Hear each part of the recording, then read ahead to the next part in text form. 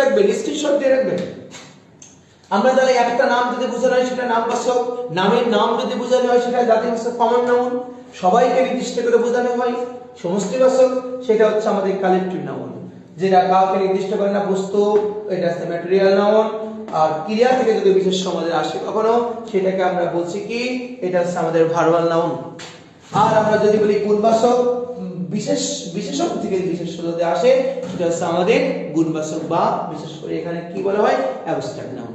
আশা করি বিশেষ পরীক্ষা, বিভিন্ন পরীক্ষাতে পদ প্রকরণের বিশেষের করে আমার মনে হয় কোনো সমস্যা থাকবে না। আশা করি সবাইকে অনেক ধন্যবাদ, ভালো থাকবেন, বেশি বেশি কমেন্ট করবেন, শেয়ার করবেন এবং বন্ধুদেরকে জানার চেষ্টা করবেন যে আসলে বাংলা আমাদের কতটাই গুরুত্বপূর্ণ এবং বাংলা আমাদের ক্লাস রেগুলার করতে হবে, না করলে আমরা সেই ধারণাগুলো আমরা পাবো না।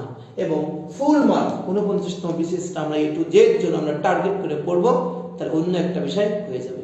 সবাইকে ধন্যবাদ, আসসালামু আলাইকুম।